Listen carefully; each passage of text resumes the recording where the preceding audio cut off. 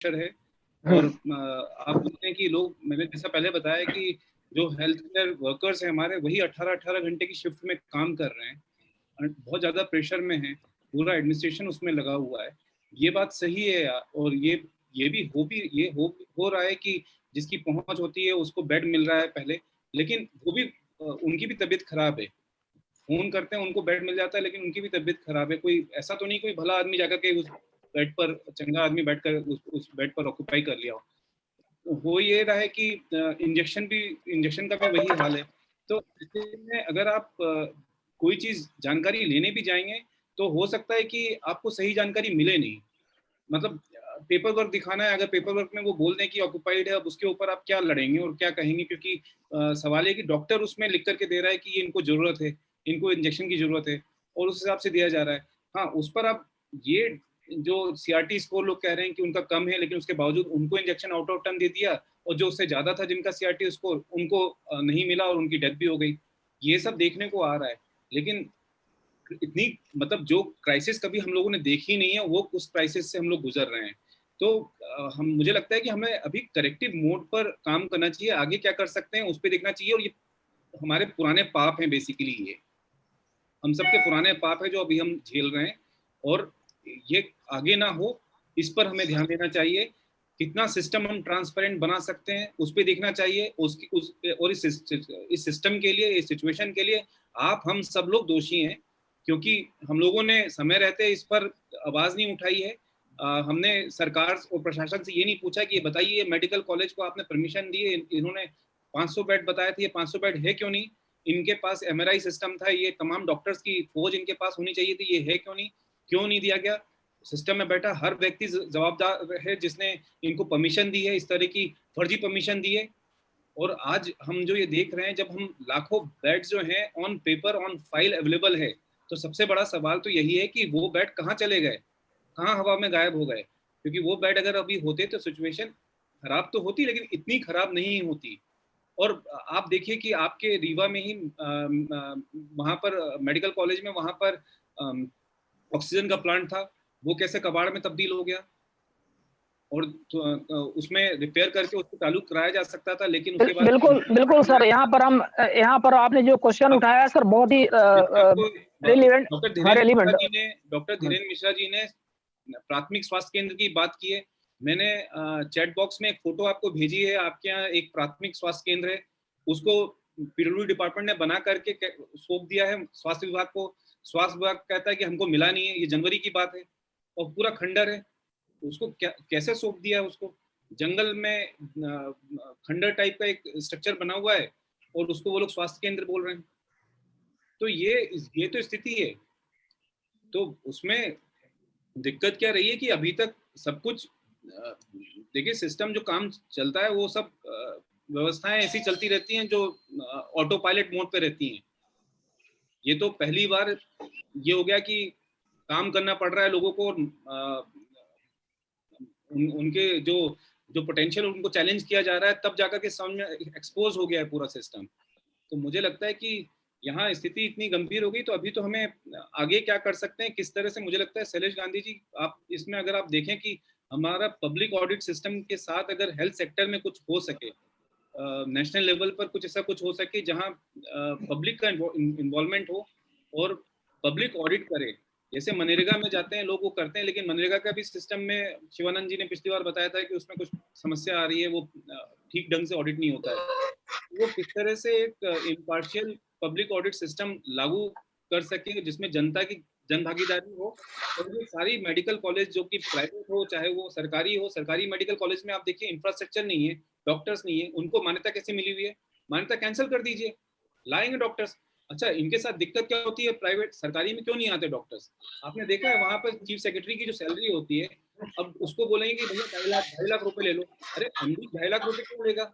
वो उसकी कमाई अगर ज्यादा हो रही है प्राइवेट में, तो उसको ज्यादा दीजिए आप चीफ सेक्रेटरी, क्योंकि चीफ सेक्रेटरी की सैलरी कम होती है तो आप सबकी सैलरी कम कर दोगे उस हिसाब से। तो आप हेल्थ सेक्टर को थोड़ा इससे बाहर रखिए, और हेल्थ सेक्टर में जितना प्रोफेशनलिज्म ला सकते हो उस हिसाब से लाइए, ताकि आपके पास रिसोर्सेज अच्छे हों। तो यहाँ हेल्थ सिस्टम के ऊपर बहुत ध्यान देने की जरूरत है। और मुझे लगता है कि इसमें नेशनल लेवल पे पॉलिसी में कुछ चेंजेस हों, तब जाकर के स्थिति में सुधार होगा। और वो एक पहल जो है शैलेश जी आपकी तरफ से हो तो अच्छा रहेगा। उसमें किस तरह से हम लोग ट्रांसपेरेंट एक सिस्टम बना पाए पब्लिक ऑडिट के साथ। हम सब मिलके कुछ कोशिश करें इसको,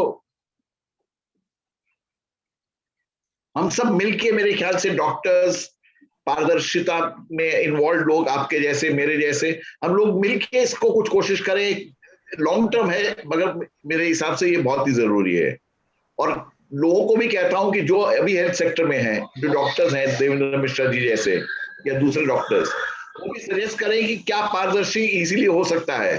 जैसे उन्होंने कहा कि फोन लगाना पड़े, कंप्यूटर सिस्टम हो सकती है कि हर फ्लोर पे हर पेशेंट के बगल में दिखाई दे कि कौन सा बेड खाली है, कौन सा बेड भरा हुआ है। ये बड़ा सिंपल सोल्यूशन है, इसके लिए कोई कॉम्प्लिकेटेड चीज जरूरत नहीं है मेरे हिसाब से तो। और इसका कोई खर्चा भी बहुत नहीं है, पर ये करना जरूरी है। और हेल्थ सेक्टर पे हमने ध्यान बहुत कम दिया है, ये हकीकत है। हेल्थ सेक्टर और एजुकेशन दोनों चीजों पे हमने बहुत ही कम ध्यान दिया है। एजुकेशन ज्यादा होना चाहिए इन दोनों सेक्टर्स में, ये बात मैं आपसे नहीं बिल्कुल गांधी सर बिल्कुल सही बात है। हमारे यहाँ पे साथी राहुल वर्मा कह रहे हैं कि हमारे देश में जीडीपी का मात्र 1% हेल्थ सेक्टर के लिए यूज हो रहा है। लेकिन राहुल वर्मा जी, मैं आपको ये भी बताना चाहूंगा कि जहां पर जीडीपी का 10% भी उपयोग हो रहा है, वहां भ्रष्टाचार की बलि चढ़ रहा है 9%। तो भारत की जो मेजर प्रॉब्लम है वो करप्शन है। करप्शन ज्यादा खतरनाक है कोरोना से। कोरोना तो अभी आया है, कोरोना से तो कुछ लोग बच भी जाएंगे, लेकिन करप्शन का जब तक इलाज नहीं होगा भारत जैसे देश में, तब तक कहीं कुछ नहीं हो पाएगा। चाहे आप 1% से 50% जीडीपी बढ़ा दीजिए, वो 49% खा जाएंगे यहाँ के नेता, अफसर और ये सब मिल करके दलाल। लेकिन दिक्कत ये है कि आप करप्शन के लिए आप नेता और अफसर को क्यों दोष देते हैं शिवानंद जी? करप्शन के ठेकेदार भी हैं, बिजनेसमैन भी हैं, आप और हम सब सोसाइटी के बीच के लोग होते हैं, जो लोग उन्हीं के भाई बंधु रहते हैं, जो चाहे वो एडमिनिस्ट्रेशन के पद पर हो, चाहे वो नेता हो, चाहे वो बिजनेस में काम कर रहे हो। तो ये दिक्कत ये कि हेल्थ सेक्टर में है लोग, सारे लोग हैं। तो सर अपन एग्री करते हैं इस बात से, लेकिन जो सबसे ज्यादा जिम्मेदार व्यक्ति होगा वो टॉप पर बैठा ही होगा, वही सबसे ज्यादा जिम्मेदार व्यक्ति होगा। हम नेताओं को चुन करके भेजते हैं, हम मानते हैं कि हम इसके लिए जिम्मेदार हैं, लेकिन यदि नेता कमीशन खोरी बंद कर दें, यदि नेता कमीशन खोरी बंद कर दें, यदि हमारा विधायक या हमारा सांसद जो भी गया है हमारे स्टेट्स और मतलब केंद्र में जो सांसद हम भेजते हैं, एक भी बता दें कि उन्होंने 15 साल के भीतर यदि आरटीआई के विषय में एक भी प्रश्न उठाया हो कि आरटीआई कमजोर हो रहा है, इसे मजबूत किया जाए, यदि पारदर्शिता की हम बात करते हैं, तो उन्होंने क्या इसमें कुछ किया हुआ है? शिवानंद जी, प्रॉब्लम इसी सोच में, इसी सोच के साथ तो हम इतने सालों आगे बढ़े हैं भारत के आजाद होने के बाद। कि हमने सत्ता दे दी कुछ लोगों को और फिर सोचा कि अच्छा ये उनका काम है, उनको सांसद बना दिया है वो करेंगे, वो विधायक बना दिया उनका काम है वो देखेंगे। वो विधायक भी इसी नाते जाते हैं वहां जाकर के बड़े रुआब के साथ बैठते हैं कलेक्टर के सामने कि देखो मुझे जनता को जवाब देना है, ये इसका बताओ उसका बताओ, ये क्या हो रहा है वो क्या हो रहा है। अंदर क्या डील होती नहीं होती है वो आपको ही मालूम है। लेकिन दिक्कत वही है, जनता को, मुझे लगता है कि थोड़ा जनता को अब जागरूक होकर के प्रोएक्टिव होना चाहिए और दिखाना चाहिए कि भाई ये आपने ये गलत किया है। अब और अगले उसमें फिर उनके पास, जनता के पास भी मौका आता है चुनाव में, लेकिन ऐसा तो होता नहीं सर। ये हेल्थ सेक्टर और ये हेल्थ सेवाएं अब इस बार सामने आया है, तब ये सिस्टम एक्सपोज हो गया, तब जाकर के आपको मालूम पड़ रहा है कि आप कहाँ खड़े थे, किस जमीन पे खड़े थे, वो जमीन ही नहीं है। अभी मुद्दा बने तो अलग बात है, लेकिन कौन से चुनाव में आप बताइए मुझे कि इस पर किसी ये कभी राहुल सर अब एक बार हम लोग वापस लौटे नवंबर 2019 में। सर एक मिनट, सिर्फ 2 मिनट का समय लूंगा। हम लोग वापस लौटे 2019 में। 2019 में आते में हम लोगों को ये पता लगा कि एक जैविक युद्ध पूरी दुनिया में शुरुआत हुई और मार्च आते आते विश्व स्वास्थ्य संगठन ने इसको वैश्विक महामारी घोषित किया। उस दौरान से लेकर 1.5 वर्ष लगभग पूरा हो गया और भारत में जो मानसिक स्वास्थ्य की हम बात कर रहे हैं, इसको पूरे तरीके से पैरालाइज कर दिया गया। पूरे तरीके से पूर्ण रूप से मानसिक स्वास्थ्य को भारत के पैरालाइज कर दिया गया। पिछले वर्ष जब विश्व स्वास्थ्य संगठन ने भारत को सहयोग दिया था, उस सहयोग से जो व्यवस्थाएं बननी चाहिए बनी, निर्मित हुई, लेकिन उनका उपयोग जब ये वेरिएंट बदला तो हम नहीं कर पाए। वैक्सीनेशन तैयार हुआ हमारे यहाँ, लेकिन जो वैक्सीनेशन कोरोना का तैयार हुआ था वो कोरोना का फर्स्ट फेज का वैक्सीनेशन था। अगर वेरिएंट चेंज हो रहा है, day by day variant change हो रहा है जो कि जैविक है, तो हम कितने वैक्सीनेशन बना पाएंगे? क्योंकि वैक्सीन जो बना है वो हमारा प्री पे बना हुआ है। अभी जो मौजूदा भारत में है B1617, जिसको लेकर के पूरी दुनिया में इन्होंने मान लिया है कि ये सबसे ज्यादा खतरनाक वेरिएंट जो डेवलप हुआ है भारत में हुआ है। हम इसकी चर्चा नहीं कर रहे हैं, हम उन चीजों पे चर्चाएं कर रहे हैं जिससे हमारा मानसिक स्वास्थ्य, जो कि मतलब जिसे कहें लकवा मार चुका है, और बर्बाद हो जाए। सबसे ज्यादा आवश्यकता है कि हमें अपने देश के सभी व्यक्तियों के मानसिक स्वास्थ्य को बेहतर बनाना है। हम सब चीज से जीत सकते हैं क्योंकि हम हैं, हमारे अंदर। अब हम ये नहीं देख पा रहे हैं कि पिछली बार जब 2020 में ये कोविड आया तो किन किन सिम्टम्स को लेके आया, 2021 में ये आया तो अब की हमारे वेरिएंट चेंज करके लंग्स को इफेक्ट कर रहा है। लंग्स पे हमारे देश में लगभग 70 साल पूर्व एक टीवी या तपेदिक हुआ करता था। जिस घर में हो जाता था लोग उस घर वाले को गांव में छोड़ आते थे कि भाई अब तू मर, लेकिन धीरे धीरे वो डेवलप करते गए और आज हम उस बीमारी से नहीं भयभीत होते हैं। कोरोना भी एक जैविक, आप में मान के चलो कि ये जो है एक साइंटिफिक है, और इससे हमें अपने आप को केवल mental health and only mental health अगर हम अपनी वीक कर देंगे तो हम कुछ भी नहीं कर पाएंगे, क्योंकि अभी भी इस बात का कोई भरोसा नहीं है। ठीक है आलोक नहीं आलोक जी, हम आपकी बात से सहमत हैं। अभी भी इस बात का कोई भरोसा नहीं है कि 2022, 2023, 2024, 2025, 2026 अगले कितने सालों तक हिंदुस्तान, आलोक जी हिंदुस्तान का मेंटल हेल्थ हमेशा ही बहुत स्ट्रांग रहा है। सबसे बड़ी यहाँ पे देखिए, मैं आपको बताऊं, हम स्वयं फील्ड में काम करते हैं, आप काम करते हैं, यहाँ पर हमारे मूर्धन्य महोदय लोग हैं, यहाँ पे सूचना आयुक्त महोदय, अन्य गणमान्य लोग हैं, सब जानते हैं।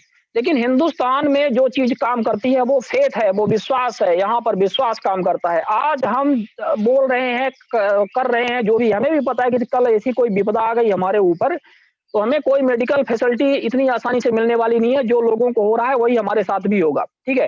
लेकिन हमें इतना फेथ है, हमें इतना विश्वास है कि शायद ये नहीं होगा। यदि होगा तो भगवान की इच्छा होगी तो होगा, ईश्वर की इच्छा होगी, अल्लाह की इच्छा होगी, गॉड की होगी, जो जिसको मानता है। मतलब फेथ की बात है ये, और ये फेथ पे ही टिका हुआ है चीजें, है ना। तो हम ये मानते हैं कि मानसिक स्वास्थ्य तो हमारा लोगों का इतना कमजोर नहीं है, हिंदुस्तान का कभी नहीं रहा है, नहीं तो ये सभ्यता अभी तक खत्म हो गई होती। हाँ, जो मौजूदा प्रॉब्लम है, इस प्रॉब्लम का समाधान काफी हद तक करप्शन से जुड़ा हुआ है, और ये मैं बार बार कहता हूँ। और जब तक करप्शन का इलाज नहीं होगा तब तक कोरोना जैसी बीमारी या किसी का भी इलाज नहीं होगा। हिंदुस्तान में करप्शन का इलाज चाहिए।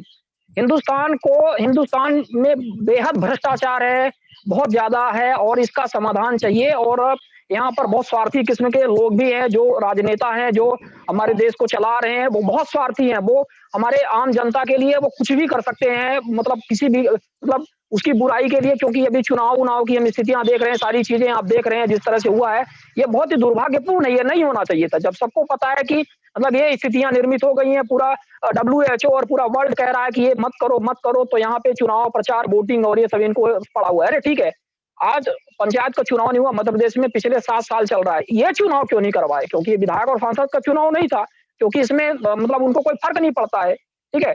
सरपंच और पंचायतें सोने के अंडे देने वाली मुर्गियां हैं उन विधायकों और सांसदों के लिए, और उनके लिए यहाँ से चंदे और पैसे आते हैं, तो इससे कोई फर्क नहीं पड़ता। यहाँ पे लोकतंत्र और ग्राम स्वराज का कोई कॉन्सेप्ट नहीं है। पैसा भरो यहाँ पे और उल्टा निकालो पंचायतों से, और उनका चल रहा है। लेकिन जहां उनकी स्वयं की बात आती है कि उनको विधायक बनना है, उनको सांसद बनना है, तो उनको इस बात से कोई फर्क नहीं पड़ता है कि आम जनता मरे या जाए। तो यहाँ पे जो मेजर प्रॉब्लम है वो करप्शन के। हमारे बीच में भास्कर प्रभु जी भी हैं, जुड़े हुए, बीरेश बेल्लूर सर भी हैं। तो सबसे पहले तो मैं बीरेश बेल्लूर सर को ही आग्रह करूंगा कि सर आप इस विषय में कुछ अपना बात रखना चाहें, आप शुरू से जुड़े हुए हैं। फिर भास्कर प्रभु सर अपनी कुछ बात रखें। सबका नमस्कार। ये हेल्थ सेक्टर में बहुत कम्युनिटी एक्टिविस्ट काम कर रहे हैं। ये हमारा गवर्नमेंट